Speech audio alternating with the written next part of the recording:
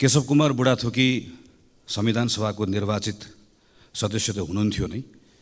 हाम्रो पार्टी नेपाली कांग्रेसका एकजना पुरानो नेता, लोकतान्त्रिक आन्दोलनका एक सक्रिय अभियन्ता र झापा जिल्लाको त्यहाँको जनताहरूको एउटा प्रिय नेताको रूपमा र निडर व्यक्तित्व आफ्नो मान आर्जन गर्नुभएको नेता हुनुहुन्थ्यो। हिजो हामीले उहाँलाई गुमाएका छौँ। यो क्षणमा म उहाँलाई सम्झन चाहन्छु, उहाँको परिवारप्रति हार्दिक समवेदना प्रकट गर्न चाहन्छु र उहाँप्रति भावपूर्ण श्रद्धाञ्जली अर्पण गर्छु। भर्खरै मात्र हामीले जानकारी प्राप्त गऱ्यौँ कि आदरणीय पद्मप्रसाद पाण्डे महासचिव नियुक्त हुनुभएको छ। म नेपाली कांग्रेस पार्टी, नेपाली कांग्रेसको सिङ्गो संसदीय दलको तर्फबाट मलाई बधाई दिन चाहन्छु र यो कार्यकालको सम्पूर्ण सफलताको कामना पनि गर्छु। हामी आजबाट अधिवेशनको एउटा नयाँ यात्रामा निस्किएका छौँ। योभन्दा अघिल्लो अधिवेशन हाम्रो लागि धेरै सम्झना योग्य रहेन। सरकार आफैले पनि यो कुरालाई स्वीकार गरेको छ। त्यही भएर यो पटक अघिल्लो अधिवेशनभन्दा फरक बनाउँछु भनेर हामीसँग वाचा गरेको छ। यो पटक म थुप्रै संसदलाई काम दिन्छु। खास गरिकन संविधान कार्यान्वयनसँग जोडिएका थुप्रै कानुनहरू बनाउनु बाँकी छन्। ती कानुनहरू बनाउनलाई संसदको यो अधिवेशनमा सांसदहरूलाई भ्याइ नभ्याइ हुन्छ भन्ने सरकारको वाचा छ। अर्थतन्त्रलाई चलायमान बनाउनका निम्ति पनि थुप्रै कानुनहरू परिमार्जन गर्नुपर्नेछ, कानुनहरू बनाउनु पर्नेछ। यी सन्दर्भमा पनि मैले काम गर्छु भनेर भनेको छ। संहिता कार्यान्वयन लगायतका विषयहरू पनि सरकारले प्राथमिकतामा राख्छु भनेर भनेको छ। हामी त्यसको प्रतीक्षा गरिरहेका छौँ।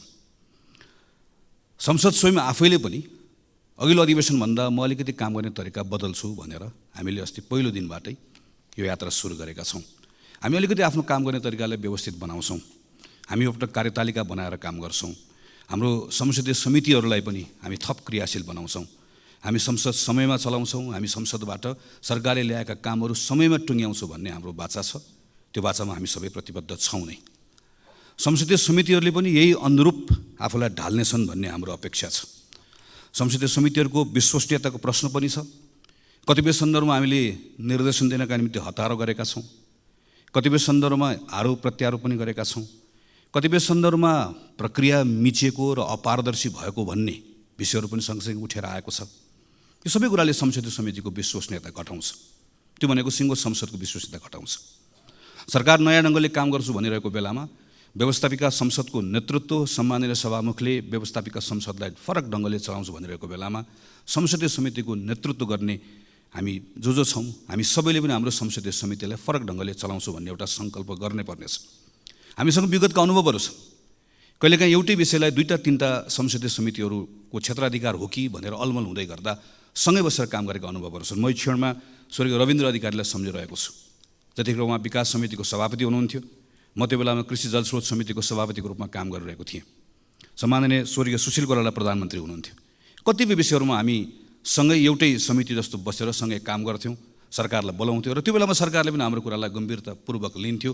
आरोप प्रत्यारोपभन्दा फरक ढङ्गबाट पनि काम गर्ने ठाउँहरू छन् भन्ने सन्दर्भमा हामी सबैले सोच्नुपर्ने बेला आएको छ। यो अधिवेशनको दौरानमा संसदीय समितिले थुप्रै कामहरू गर्नुपर्नेछ, कानुनहरू बनाउनु पर्नेछ। कानुन बनाउने विषयका सन्दर्भमा पनि हामी आफैले पनि यो छोटो समयमा केही तितो अनुभवहरू गरेका छौँ। यी कुराहरूमा हामी सबै खुला हृदयले समीक्षा गर्न तयार छौँ भन्ने पनि म ठान्दछु। यही क्रममा हामी राजनीतिक दलहरू जो अहिले संसदभित्र छौँ, हामीले पनि आफ्नो काम गर्ने तरिका बदल्नु परेको छ। यो संसदको सबभन्दा ठुलो दल भएको हिसाबले नेपाली कांग्रेस यो सन्दर्भमा अझै आफूलाई अझै बढी जिम्मेवारीका साथमा प्रस्तुत गर्नुपर्छ भन्ने ठान्दछ।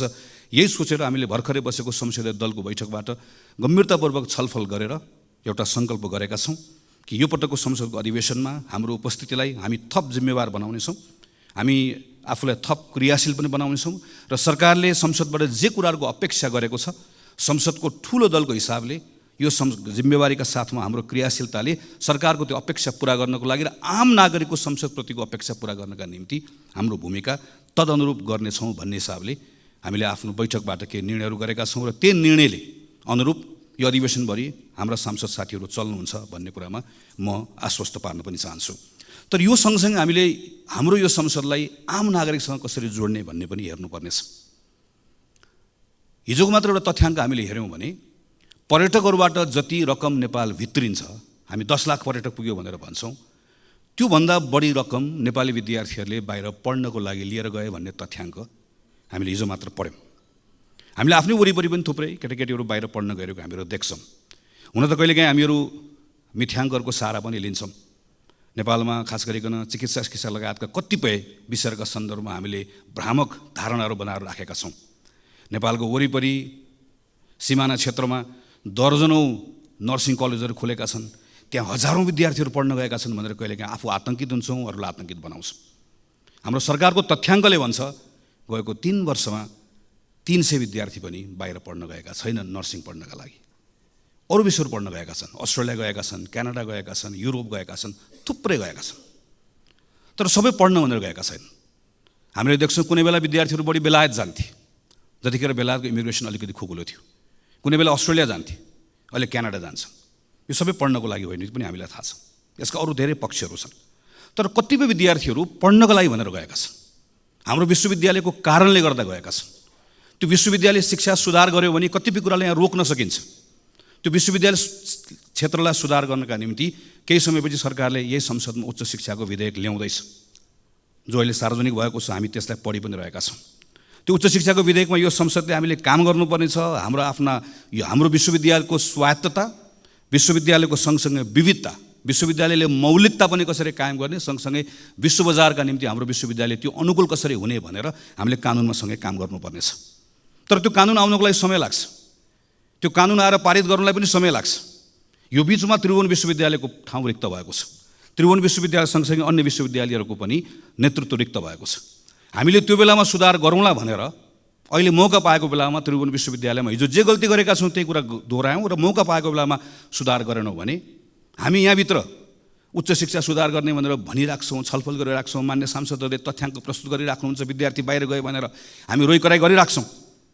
तर संसदले आफूले पाएको जिम्मेवारी हामीले उच्च शिक्षाको विधेयक ठिक ढङ्गले बनाएनौँ र सरकारले मौका पाएको बेलामा त्रिभुवन विश्वविद्यालय, पूर्वाञ्चल विश्वविद्यालय, पोखरा विश्वविद्यालय लगायतको नेतृत्वहरू भागवण्ड नगरिकन विश्वविद्यालयको नेतृत्वको नियुक्ति हेर्दाखेरि नै कुनै पनि नागरिकले टिप्पणी गर्न नसक्ने गरिकन बनाउने मौकाबाट चुक्यो भने हाम्रा कुरा मात्रै हुन्छन्। हामीले यहाँ संसदबाट गर्ने काम र सरकारबाट गर्ने कामलाई आम नागरिकका यी विषयहरूसँग जोड्न सक्छौँ कि सक्दैनौँ। हाम्रो अहिले विद्यालयहरूमा केटाकेटीहरू पढ्न गइरहेको देशैभरि देख्छौँ हामीहरू। थुप्रै विद्यालयहरू खुलेका छन्, विद्यालयको भवन पनि बनेका छन्। तर एक कक्षामा 100 जना विद्यार्थी भर्ना भएको विद्यार्थीहरू 10-12 कक्षामा पुग्दै गर्दा 30-32 जना विद्यार्थीहरू मात्र बाँकी रहन्छन्। त्योभन्दा पनि डरलाग्दो कुरा अर्को, हाम्रो केटाकेटीहरू विद्यालयमा पढिरहेका छन् तर सिकिरहेका छैनन्। गणित सिकिरहेका छैनन्, विज्ञान सिकिरहेका छैनन्, अङ्ग्रेजी त अझै कम सिकिरहेका छन्। विज्ञान, गणित र अङ्ग्रेजी आएन भने अहिले हामी सूचना प्रविधिको जुन कुरा गरिरहेका छौँ, नलेज इकोनोमीको जुन कुरा गरिरहेका छौँ, नेपालले अघिल्लो पटक जुन हाम्रो ट्रेन छुट्यो भनिरहेका छौँ, अर्को पटक फेरि ट्रेन छुट्छ। 3 कक्षा 4 कक्षा पढ्ने बच्चालाई, 5 कक्षा 6 कक्षा पढ्ने बच्चालाई एकपटक हामीले हेऱ्यौँ भने ती केटाकेटी पढिरहेका छन् तर तिनले गणित, विज्ञान, अङ्ग्रेजी जानिरहेका छैनन् भने अबको 8-10 वर्षपछि, 5-7 वर्षपछि जब तिनीहरू 18-20 वर्षको हुन्छन् र हामीसँग ठुलो जनसङ्ख्या हाम्रो आफ्नो श्रमको बजारमा हामीसँग हुन्छ, तर अङ्ग्रेजी, गणित, विज्ञानको फाउन्डेसन नभएको केटाकेटीहरू भइसके पछाडि हामीले चाहेर पनि केही पनि गर्न सक्दैनौँ। हामी अर्को एउटा मौकाबाट फेरि चुक्छौँ। त्यसलाई जोगाउने हो भने हामीले अहिले काम गर्नुपर्ने 3, 4, 5, 6, 7, 8 विद्यालय शिक्षामा काम गर्नुपर्ने छ। संसदमा विधेयक आइरहेको छ। यो विधेयकलाई अहिले हामी आरोप प्रत्यारोप गर्ने वा लोक रिजाइका निम्ति हामीले आफूलाई प्रस्तुत गर्ने वा कसैको तुष्टिकरणका निम्ति वा आफ्नो राजनीतिक दलको कुनै एउटा आग्रहका निम्ति यसलाई हामी आफ्नो पोजिसनलाई प्रयोग गर्ने वा हामीले यो बेलामा यो जिम्मेवारी पुरा गर्नका लागि हामीले अहिले यो विधेयकमा काम गर्ने हाम्रो अगाडि मौका छ, हाम्रो अगाडि प्रश्न छ। यही बिचमा विधेयक बन्दै गर्दा समय लाग्छ।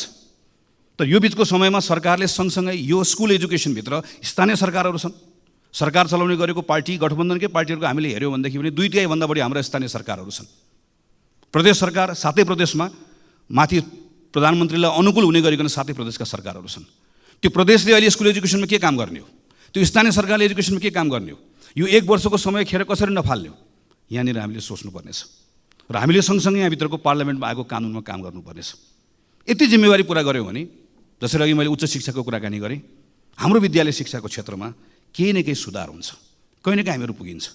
यही संसदको यही रोस्टममा उभिएर अहिलेकै सम्माननीय प्रधानमन्त्री हुनुभएको बेलामा स्वास्थ्य बिमा सम्बन्धी कानुन यहीँ उभिएर पढेको म सम्झन्छु। स्वास्थ्य बिमा सम्बन्धी कानुन हामीले यहाँ प्रस्ताव गरेर यो संसदले पारित गर्दै गर्दा हामीले त्यही बेलामा एउटा परिकल्पना गरेका थियौँ कि प्रत्येक नेपालीलाई स्वास्थ्य बिमामा अनिवार्य रूपमा आबद्ध गरिनेछ र प्रत्येक नेपालीले त्यो स्वास्थ्य बिमा बापत आफ्नो आयको आधारमा योगदान गर्नुपर्नेछ। अहिलेको जस्तो अप्पर क्याप लगाएर 1 लाख दिने, 2 लाख दिने, 3 लाख दिने होइन। एउटा नेगेटिभ लिस्ट हुन्छ, त्यो लिस्टमा भएको त्यो सायद दाँतसँग जोडिएको कुरा होला वा अरू प्लास्टिक सर्जरीसँग जोडिएका कुरा होलान्। यी केही सेवाहरू बाहेक बाँकी रहेका सबै सेवाहरू त्यो बिमित भएको मानिसले सबैको बिमित हुन्छ र प्रत्येक नेपाली, यसको अर्थ प्रत्येक नेपालीले ती सबै सुविधाहरू निःशुल्क रूपमा प्राप्त गर्छ र गुणस्तरीय रूपमा प्राप्त गर्छ। र यो दिनको निम्ति हाम्रा सेवा प्रदायक संस्थाहरूलाई कसरी बलियो बनाउने, त्यो सेवा प्रदायक संस्थाहरूमा जनशक्ति कसरी उपलब्ध गराउने, यी सबै विषयहरूका बारेमा अध्ययन पनि भएको छ, यसका बारेमा निर्णयहरू पनि भएका छन्, यसको बारेमा बाटो कसरी जाने भन्ने कुरा तय पनि भएको छ। आज हामीसँग फेरि एउटा मौका आएको छ। हामी अहिले यो काम गर्ने वा अहिले स्वास्थ्य बिमाको हामीले अहिले पछिल्लो समयमा हामीले हेऱ्यौँ भनेदेखि भने यो प्रतिको विश्वास घट्दै गएको छ, झन् थप लथालिङ्ग बन्दै गएको छ। हामीले अहिले यहाँभित्र बसेर, संसदभित्र बसेर स्वास्थ्यको हामी नै आफूले बनाएको कानुनलाई कार्यान्वयन गराउने विषयको सन्दर्भमा हामीले जे भूमिका निर्वाह गर्नुपर्ने हो हामीले निर्वाह गर्नुपर्नेछ। सरकारको ठाउँबाट जे भूमिका निर्वाह गर्नुपर्ने हो सरकारले निर्वाह गर्नुपर्नेछ। यी साना कामहरू हुन्। मैले भनेका योभन्दा धेरै ठुल्ठुला कामहरू अहिलेका काम हुन् भन्ने लाग्न सक्दछ, तर यस्तो होइन। सामान्य सभाको मध्ये अहिले हामी समुदायमा नेपाली कङ्ग्रेस भन्ने एउटा अभियान अन्तर्गत देशैभरि हिँडिरहेका छौँ। खास गरिकन यो पछिल्लो 6-8 महिना 1 वर्षभित्र नागरिकहरू के सोचिरहेका छन्, हामीलाई कसरी हेरिरहेका छन्, सिङ्गो प्रणाली, हाम्रो अहिलेको व्यवस्था, हाम्रो अहिलेको अवस्था, यी सबैको बारेमा नजिकबाट केही कुराहरू सुनौँ भनेर देशभरि साथीहरू हिँडिराख्नु भएको छ। हाम्रो नेताको निधन भएकोले हामीले कार्यक्रम स्थगित गऱ्यौँ र केही समय पछाडि यो कार्यक्रम फेरि अगाडि लिएर जान्छौँ र त्यस पछाडि आएको कुरालाई स्वाभाविक रूपमा हामी संसदमा र अरू मञ्चहरूबाट सबैको अगाडि राख्नेछौँ नै। यो बिचमा म पनि झापाबाट भैरवासम्म हुलाकी राजमार्गको बाटो हुँदै वरिपरिका समुदायहरूसँग अन्तर्क्रिया गर्दै गर्दै हिँडेँ। त्यहाँबाट हिजो काठमाडौँ फर्किएको छु।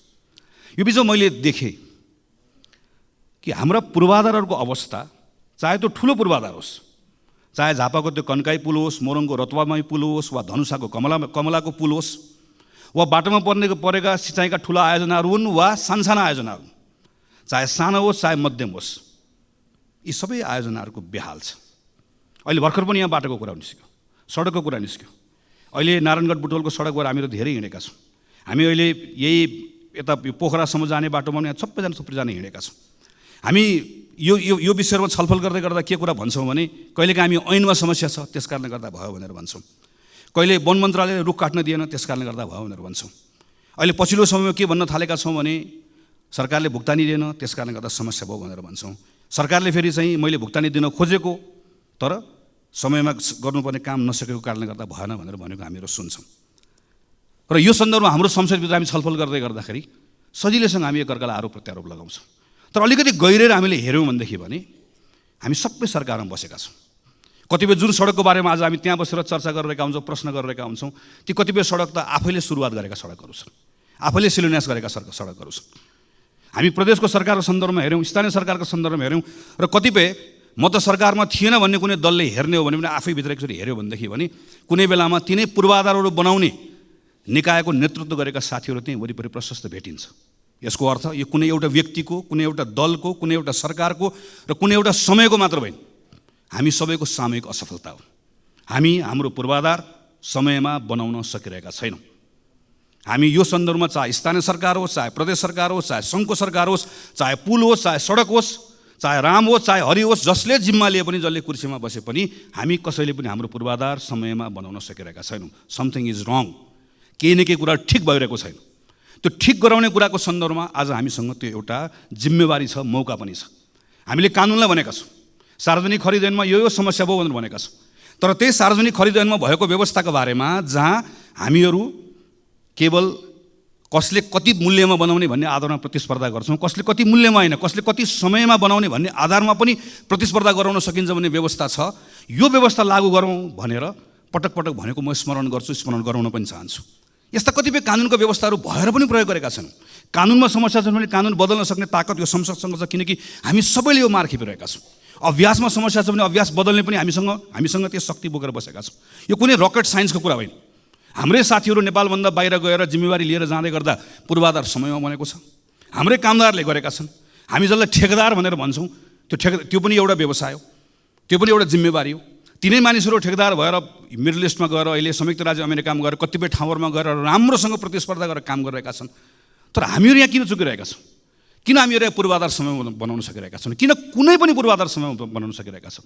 किन कुनै पनि सरकारले जोसुकै प्रधानमन्त्री होस्, जोसुकै मन्त्री होस्, किन बनिरहेको छैन? यो संसदले यो पटक यसका बारेमा राम्रोसँग छलफल गर्नुपर्ने छ। यसका बारेमा बसेर राम्रोसँग काम गर्नुपर्ने छ। संसदको के भूमिका हो संसदले गरौँ। संसदीय समितिले कतिपय कामहरू गर्नुपर्ने छ। सरकारले कतिपय जिम्मेवारी निर्वाह गर्नुपर्ने छ। यस्ता साना कामहरू किन गर्नुपर्ने छ भने यी साना कामहरूबाट जुन नागरिकहरूले केही परिवर्तन भएको महसुस गर्छन् त्यसले आजको दिनमा टुटेको भरोसालाई फेरि जागृत गराउन सक्दछ। म अहिले 12-13 दिन घुमेर आइसकेपछि त्योभन्दा पहिला पनि हिँडिरहेको थिएँ। म डराएको छैन, तर कता कहीँ न कहीँ मनभित्र एउटा ठुलो चिन्ता केमा लागेको छ भने एउटा भरोसा गुम्दै गएको छ। राम्रोसँग बसेर कुराकानी गऱ्यो भने राजनीतिक अधिकार पाएको कुरामा, आर्थिक सामाजिक सांस्कृतिक अधिकार पाएको कुरामा नागरिकहरूले ठुलो गौरव गरेका छन्। उनीहरू गर्छन्। उनीहरू यो मानेमा हाम्रो नेतृत्वप्रति उनीहरूको ठुलो सम्मान पनि छ, राजनीतिक दलप्रति सम्मान पनि छ। हिजोको अवस्थासँग तुलना गर्दै गर्दा हिजो विद्यालय पढ्न नपाएको मान्छे 8 कक्षा पढ्न पाउँदै गर्दा स्वाभाविक रूपमा खुसी छ। तर के कुराले चिन्तित छ, के कुराले आक्रोशित छ भने 8 कक्षा एउटै कक्षामा पढ्न थालेको धेरै भयो। अब 8 बाट 9 जान चाहन्छ, 9 बाट 10 जान चाहन्छ, त्योभन्दा माथि बढ्न चाहन्छ। तर अड्केको कुराले गर्दा आक्रोशित छ।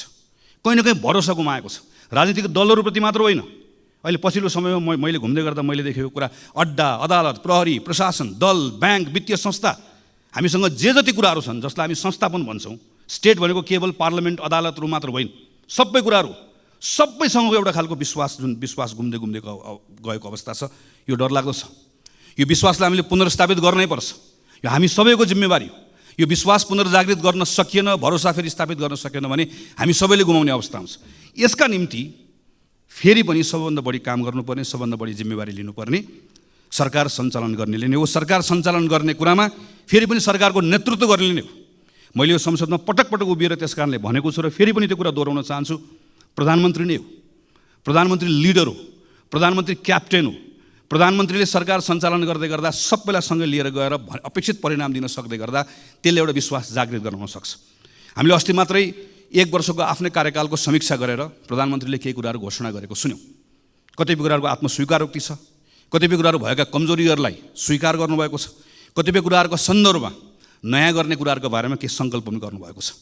तर त्यही पुसबाट यहाँसम्म आइपुग्दै गर्दाका केही महिनाभित्रका गतिविधिहरू हामीले हेऱ्यौँ भनेदेखि भने प्रयासहरू गर्न खोजिएको छ, तर अझै पनि त्यहाँ ठिक ढङ्गबाट त्यसलाई त्यो लय पक्रेको छैन भन्ने हामीले महसुस गरेका छौँ। मलखाद नपाएको कुरा यो संसदमा मैले गर्न थालेको 64-65 सालदेखि प्रत्येक वर्षको सिजन हुन्छ। हामी ठ्याक्क अब चैत वैशाखतिर आएपछि मलको बारेमा कुरा गर्छौँ। ठ्याक्क हामी असार आएपछि विपदको बारेमा संसदको क्यालेन्डर बनाउँदै गर्दा मलको कुरा गर्ने, एसएलसीमा फेल भएको कुरा गर्ने भने क्यालेन्डर बनाइदिए पनि हुन्छ। कुन समयमा कुन महिनामा के को कुरा हुने भन्ने कुरा यसमा हामी गएको 10-12-15 वर्षदेखि लगातार त्यही विषयमा त्यो महिनामा ठ्याक्क कुरा गर्छौँ, त्यसलाई बिर्सन्छौँ, फेरि अर्कोचोटि आउँछ अर्को कुराकानी गर्छौँ। अहिले यस्ता लामो समयदेखि रोकिएका विषयहरूमा केही गर्नुपर्छ भनेर प्रधानमन्त्रीले छलफल गरेको हामीले देख्यौँ। तर छलफल गरिसके पछाडि आज छलफल भयो, मैले भनेको 10 दिनभित्रमा 15 दिनभित्रमा यति काम गर्ने भनेर निर्देशन दिएको पनि हामीले पढ्यौँ। योभन्दा अगाडिको प्रधानमन्त्रीले निर्देशन नदिएकोले अहिले मैले निर्देशन दिएकोले गर्दा हुन्छ भन्ने सोचबाट बाहिर निस्कनुपर्छ। निर्देशनले हाम्रो समस्याको समाधान गर्दैन। प्रधानमन्त्रीले निर्देशन दिएको देखेपछि मन्त्रीले पनि निर्देशन दिने हो, मन्त्रीले दिएको देखेपछि संसदीय समितिले पनि निर्देशन दिने हो। सबैलाई निर्देशन दिने मात्रै हो। स्थानीय सरकारहरूको हालत यही छ, प्रदेशको सरकारको हालत यही छ। त्यसैले यहाँभित्र हाम्रो समस्याको समाधान खोज्नका निम्ति अतिरिक्त पहल कदमी चाहिएको छ। त्यसैले म फेरि दोहोऱ्याएर भन्छु कि प्रधानमन्त्रीले त्यो सिंहदरबारभित्र प्रधानमन्त्रीको कुर्सीमा बसेर दिनको 10 देखि 5 बजेको समय जसरी एउटा कुनै संस्थाको प्रमुखले जसले संस्थाको नेतृत्व गरेको हुन्छ दिनको निश्चित समय आफूले दिएको जिम्मेवारी भन्दा बाहेक अरू कुनै जिम्मेवारीको बारेमा चिन्तन गर्दैन, सोच्दैन, त्यसैलाई प्राथमिकतामा राख्छ। नेपालको प्रधानमन्त्रीले पनि त्यसै गरिकन काम गर्नै पर्छ। त्यसपछि मात्रै त्यो उपलब्ध भएको समयको बिचमा गरिने छलफलले समस्या पनि देखाउँछ, समस्याको पहिचान पनि हुन्छ, समाधान कसरी खोज्ने भन्ने कुरा पनि जान्छ र त्यसैले हामीलाई टुङ्गोमा पनि पुर्याउँछ। काम गर्ने तरिका नबदलिकन फरक परिणाम आउँदैन। उही काम गरेर फरक परिणामको अपेक्षा गर्ने कुरा केवल मूर्खता मात्रै हुन्छ। त्यसको सुरुवात स्वयं प्रधानमन्त्रीबाट गरिनुपर्छ। नागरिकहरूको बिचमा अर्को भएको ठुलो आक्रोशको विषय भनेको सुशासनको विषय हो। सुशासनको सन्दर्भमा हाम्रा संवैधानिक निकायहरूले अत्यन्त पारदर्शी ढङ्गले नै काम गर्ने हो। यो सरकारको कुरा मात्र होइन, राज्यका अरूको निकायहरूको पनि त्यत्तिकै दायित्व छ। संविधानले सृजना गरेका संस्थाहरूले पारदर्शी ढङ्गले काम गर्नुपर्नेछ। उसको विश्वसनीयतामाथि पनि प्रश्नहरू उठेका छन्, ती विश्वसनीयता मूल्यले काम गर्नुपर्नेछ। सम्मानित अदालतको पनि यसमा भूमिका छ, संसदीय समितिहरूको पनि भूमिका छ, तर फेरि पनि सबभन्दा ठुलो भूमिका सरकारकै छ। सरकारले सुशासनको सम्बन्धमा मैले काम गरेँ भनेर हुँदैन। सरकारले गरेको कामहरू नागरिकले महसुस गर्न पाउनुपर्छ। नागरिकहरू आफैले त्यो कुरालाई नजिकबाट निहालेर हेरेका हुन्छन्। सरकारले गरेको काममा कुनै पूर्वाग्रह नहोस्, तर सँगसँगै सरकारले गरेको काम सुशासनका निम्ति गरेका पहल कदमीहरू कतैबाट प्रभावित पनि नहोस्। प्रहरी, प्रशासन, अड्डा लगायतका कुराहरू कुनै खालका लोक रिझाइका निम्ति, कुनै स्टन्टबाजी गर्नका निम्ति, कुनै पत्र पत्रिकाको हेडलाइनमा आउनका निम्ति उसले कुनै पनि निर्णयहरू नगरोस् भन्ने कुराको स्वाभाविक रूपमा अपेक्षाहरू रहन्छ। यसो गर्दै गर्दा संसदको पनि पूर्ण रूपमा सरकारलाई साथ रहनुपर्छ। हाम्रो पनि डबल स्ट्यान्डर्ड हुनु हुँदैन। हामीले पनि घटना हेरेर, प्रकरण हेरेर आफ्ना निर्णय, आफ्ना मतहरू बनाउनु हुँदैन। जोसुकै होस्, जतिसुकै शक्तिशाली होस्, राजनीतिक शक्ति होस् कि आर्थिक शक्ति होस्, नेपालको सार्वजनिक जग्गा कसैले हडप्छ भने सजाय पाउनु पर्दैन, दण्ड पाउनु पर्दैन। जतिसुकै शक्तिशाली होस्, जुनसुकै पदमा बसेको होस्, हातमा ताकत होस्, कलम होस्, नागरिकता बनाउनलाई कृत्य गर्छ भने फलानु दलसँग जोडिएको छ, त्यस कारणले गर्दा कृत्य गरे पनि उसको कृत्य माफी हुन्छ, चल्छ। जतिसुकै शक्तिशाली होस्, जुनसुकै ताकत भएको होस्, आम नागरिकहरूले निक्षेप सङ्कलन गरेर जम्मा गरेको सहकारीमा ठगीको धन्दा चलाउँछ, ठगीको धन्दाको मतियार हुन्छ भने कानुनी कारबाहीको दायरामा आउनु पर्दैन, कानुनले कारबाही गर्नु पर्दैन। त्यसैले सुशासनको आजको दिनको मन्त्र बनेको कानुनको शासन, विधिको शासन, चाहे जग्गा मिच्ने होस्, जग्गा हडप्ने होस्, चाहे नागरिकताको कृत्य गर्ने होस्, चाहे सहकारीमा ठग्ने होस्, यताको होस् उताको होस्, जुनसुकै दलको होस्, दलभन्दा बाहिरको होस्, जतिसुकै शक्तिशाली होस्, कसैले पनि उन्मुक्ति पाउनुहुन्न। एउटा सर्वसाधारण नागरिकले, एउटा नेपाली नागरिकले जे गर्दा दण्ड पाउँछ भने शक्तिशालीलाई पनि त्यो कानुन त्यसरी नै लागू हुनुपर्छ। जुनसुकै अवस्थामा पनि, जुनसुकै अर्थमा पनि नेपाल सरकारले यो बाटो यसरी समात्दै गयो भने बल्ल एउटा विश्वासको वातावरण बनाउन सक्छ। अनि सँगसँगै राज्य भएको उपस्थितिको भरोसा दिलाउने कुरा, सुशासन सँगसँगै राज्यको उपस्थिति दिलाउने कुरा, केही विशिष्ट प्रकरणहरूका सन्दर्भमा मेरो राज्यले, मेरो सरकारले के गरिरहेको छ नागरिकले हेरिरहेको हुन्छ। हामी यो संसदमाबाट सुन्न चाहन्छौँ सम्माननीय प्रधानमन्त्रीकै मुखबाट जाजरकोट, रुकुममा भूकम्प पीडितहरूको अहिले अवस्था के छ भन्ने कुरा पत्र पत्रिकामा आउन छोडे भनेर तिनका बारेमा हामीले सोच्न छोड्यौँ, हामीले छलफल गर्न छाड्यौँ, राज्यले त्यसका बारेको संवेदनशीलता गुमायो भने राज्य हुनुको अर्थ हुँदैन। हामी विपिन जोशीका बारेको कुरा यहाँ बसेर थाहा पाउन चाहन्छौँ। हामी यो बेलामा रुसमा अलपत्र परेका नेपाली युवाहरू फर्काउनका निम्ति सरकारले गरेको प्रयास अपुग भयो, अपर्याप्त भयो। त्यसका निम्ति थप काम गर्नुपर्छ। ती जसरी लगेका हुन् त्यो लानेहरू एउटा ठगलाई छाड्नु पनि हुन्न, एउटाले दण्ड पनि पाउनुपर्छ, तर तिनका निम्ति सम्पूर्ण प्रयास लाउनुपर्छ। एउटा आमाको आँखामा बगेको आँसु पुछ्नका निम्ति राज्यले सम्पूर्ण ताकत लगाउनुपर्छ, अनि बल्ल राज्य भएको अनुभूति हुन्छ। सडक दुर्घटनामा मरेका मानिसहरूका बारेमा मर्छ, रिपोर्ट बन्छ, सहकारीबाट ठगिएका मानिसहरूका बारेमा रिपोर्ट बन्छ। ती सबै रिपोर्टहरू दराजमा गएर थन्किएर बसेका छन्। हामी हेर्न चाहन्छौँ यो अधिवेशनको दौरानमा सरकारले गरेको काम, अनि सरकारका मन्त्रीहरूले यहाँ उभिएर मैले यो रिपोर्ट पढेर यसको आधारमा यो 5वटा काम गरेँ भनेर त्यहाँ उभिएर हामी प्रश्न गर्न चाहन्छौँ, त्यहाँ उभिएर हामी सुझाव दिन चाहन्छौँ, त्यहाँ उभिएर परिणाम आएको हेर्न चाहन्छौँ।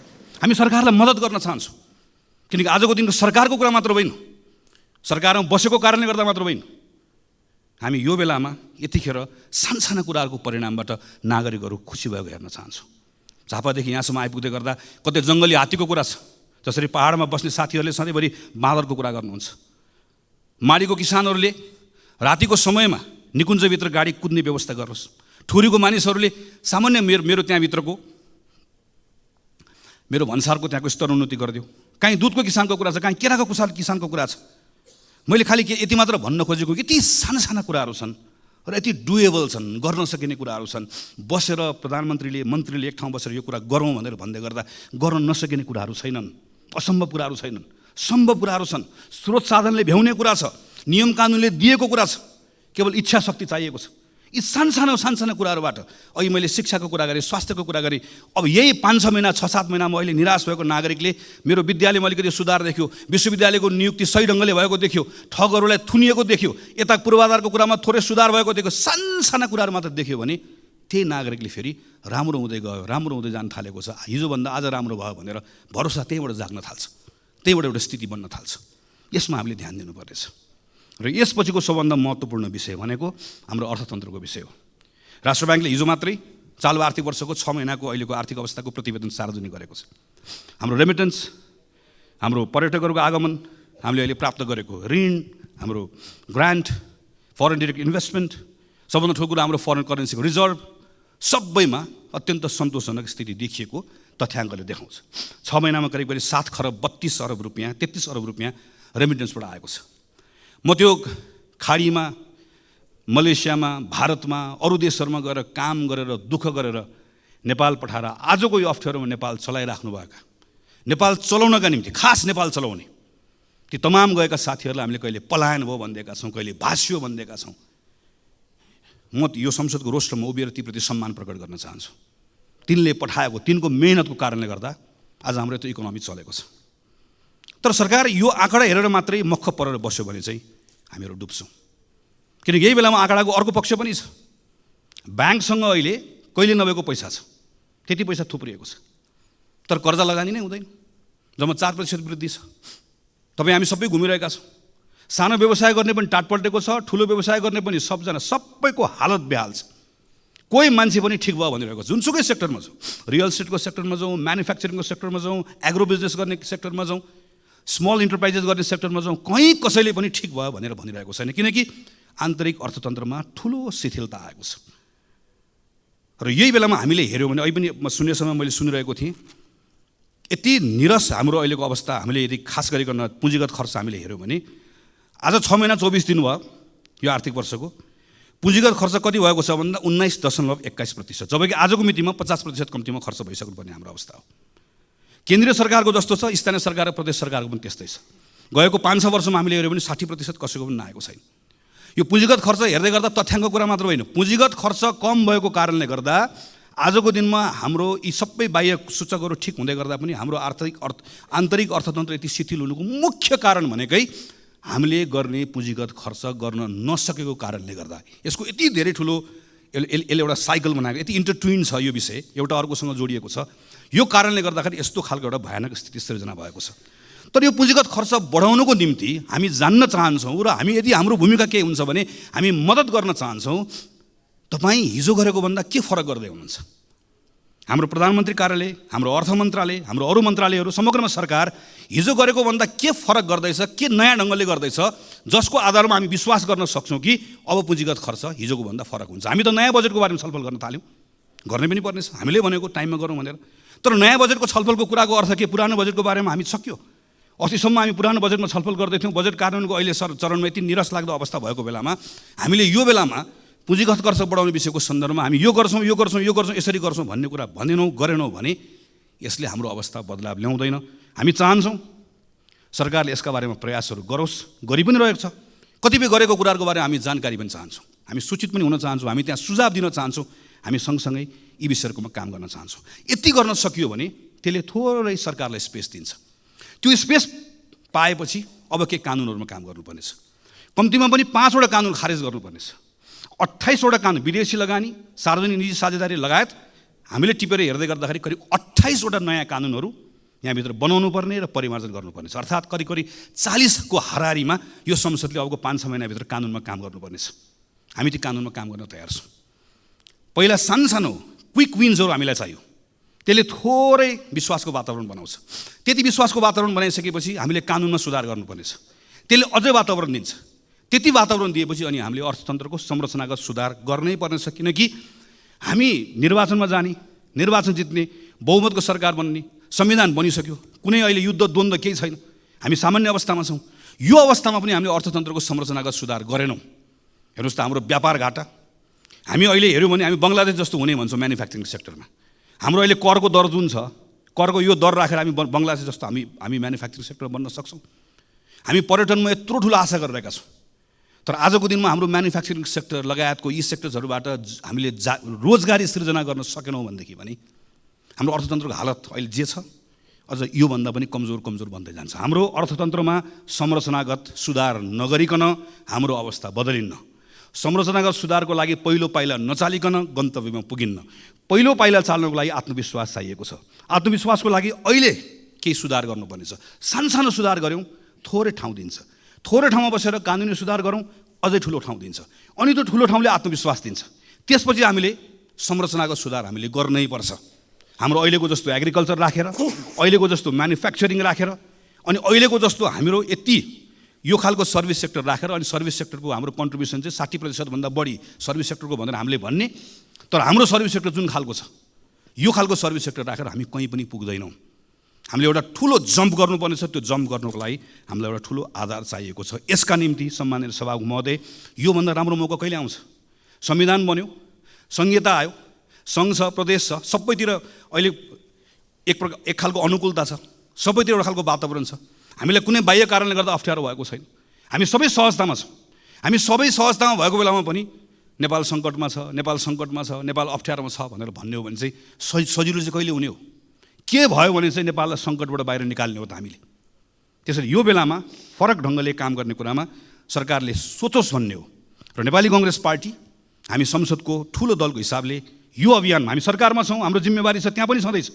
हामी यो संसदको यो ठाउँबाट पनि सरकारले बनाउने कानुन, सरकारले यहाँबाट खोजेका तमाम कुराहरूका सन्दर्भमा हामी सहयात्रा गर्न चाहन्छौँ, हामी सँगसँगै मद्दत पनि गर्न चाहन्छौँ। यी सबै विषयहरू छलफल गर्दै गर्दा संविधानको अर्को पाटो हामीले बिर्सनौन्न।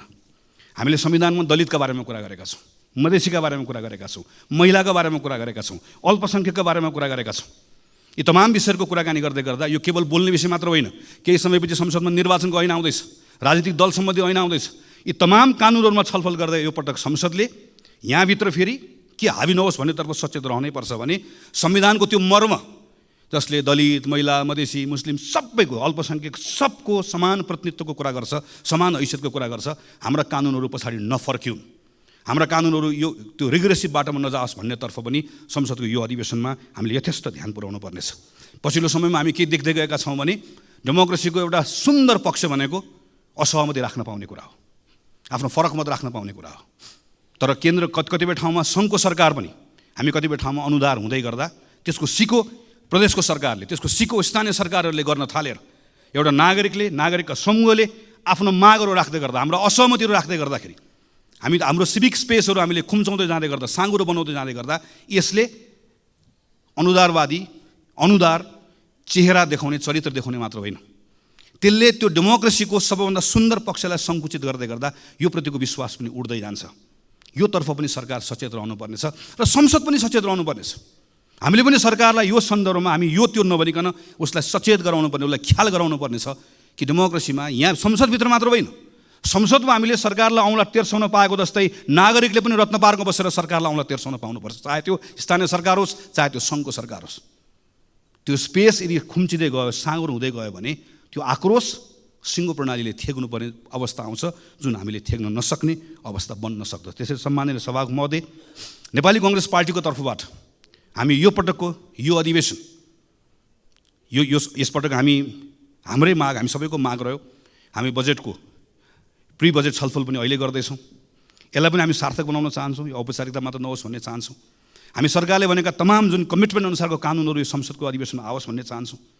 त्यो सक्रियतापूर्वक त्यसमा हामीहरू भाग लिएर अन्य दलहरूसँग पनि सहकार्य गरेर हामी छिटोभन्दा छिटो हाम्रो संविधानको मर्म अनुसारको कानुनहरू बनाएर यहाँबाट पारित होस् भन्ने अवस्था होस् भन्ने हामी चाहन्छौँ। यो अधिवेशनमा सम्माननीय सभामुख महोदयले प्रारम्भमा भन्नुभएको जस्तै यसलाई हामी जिम्मेवार बनाउँछौँ, व्यवस्थित बनाउँछौँ, तर सँगसँगै सांसदहरूले राख्नुभएको कुराहरू चाहे शून्य समयमा होस्, चाहे विशेष समयमा होस्, यहाँबाट उठेका ती प्रश्नहरू केवल प्रश्नका रूपमा मात्र नहोस्, सरकारले निरन्तर रूपमा त्यसको जवाफ दिने अवस्था बनोस्। हामी यो सन्दर्भमा काम होस् भन्ने चाहन्छौँ। हामी यो बिचको समयमा यहाँभित्र दलहरूका बिचमा कैयन कुराहरू छन्, चाहे त्यो टिआरसीको कुरा होस्, चाहे हाम्रो अन्तर्राष्ट्रिय सम्बन्धको कुरा होस्, कतिपय कुराहरूमा हामीले एउटा साझा धारणा बनाउनु पर्नेछ, समान धारणा बनाउनु पर्नेछ। संसदभित्र हुने छलफलले, यहाँभित्र हुने वाद विवादले, यहाँभित्र हुने बहसले एकतालाई बल पुर्याओस्। चाहे त्यो शान्ति प्रक्रिया टुङ्ग्याउने सन्दर्भमा होस्, चाहे त्यो हाम्रो अन्तर्राष्ट्रिय सम्बन्ध, यो दल त्यो दल नबनिकन नेपालको अन्तर्राष्ट्रिय सम्बन्धलाई सबैले अन गर्ने हाम्रो आफ्नो अन्तर्राष्ट्रिय सम्बन्ध बनाउने कुराको सन्दर्भमा, चाहे अहिले अप्ठ्यारोमा परेका इकोनोमीका कतिपय कुरालाई सुधार गर्ने विषयका सन्दर्भमा हाम्रो भित्र हुने यहाँभित्रको छलफलले, प्रश्नले, वाद विवादले, यहाँभित्रको बहसले त्यसलाई बल पुर्याओस्, अझै सँगै काम गर्ने कुरामा त्यसलाई ताकत दियोस्, हामी यो चाहन्छौँ। र यसका सन्दर्भमा नेपाली कांग्रेस पार्टीको तर्फबाट सम्पूर्ण रूपमा हाम्रो कमिटमेन्ट छ। हामीले यो पटक अस्ति भर्खर बसेको संसद दलको बैठकको निर्णयमा भनेका छौँ, संविधानको रक्षा, यो व्यवस्थाको सुदृढीकरण र आम नागरिकहरूले व्यवस्थासँग गरेको जुन अपेक्षा छ त्यसलाई पुरा गर्ने भन्दा आजको दिनमा हाम्रो लागि अर्को कुनै विषय छैन, हाम्रो लागि अर्को कुनै प्राथमिकता छैन। त्यो नै हाम्रो लागि सर्वोपरि छ। त्यही मान्यताका साथमा यो पटकको संसदको अधिवेशनभरि यो हाम्रो पार्टीको तर्फबाट यहाँ उपस्थित रहनुभएको सबै सांसद साथीहरूले व्यक्तिगत रूपमा पनि र कतिपय ठाउँमा संसदीय समितिभित्र सबै ठाउँमा कानुन निर्माण गर्ने कुरामा, संसदको बहसमा, छलफलमा यी सबै कुराहरू सकारात्मक ढङ्गबाट जिम्मेवारीका साथमा क्रियाशील भएर कानुनहरू निर्माण गर्ने कुरा निष्कर्षमा पुगोस्। सरकारमाथि निरन्तर प्रश्न पनि होस्, कतिपय ठाउँमा प्रतिरोध पनि होस्, बहस पनि होस्, छलफल पनि होस्, सुझाव पनि होस्, सहकार्य पनि होस्।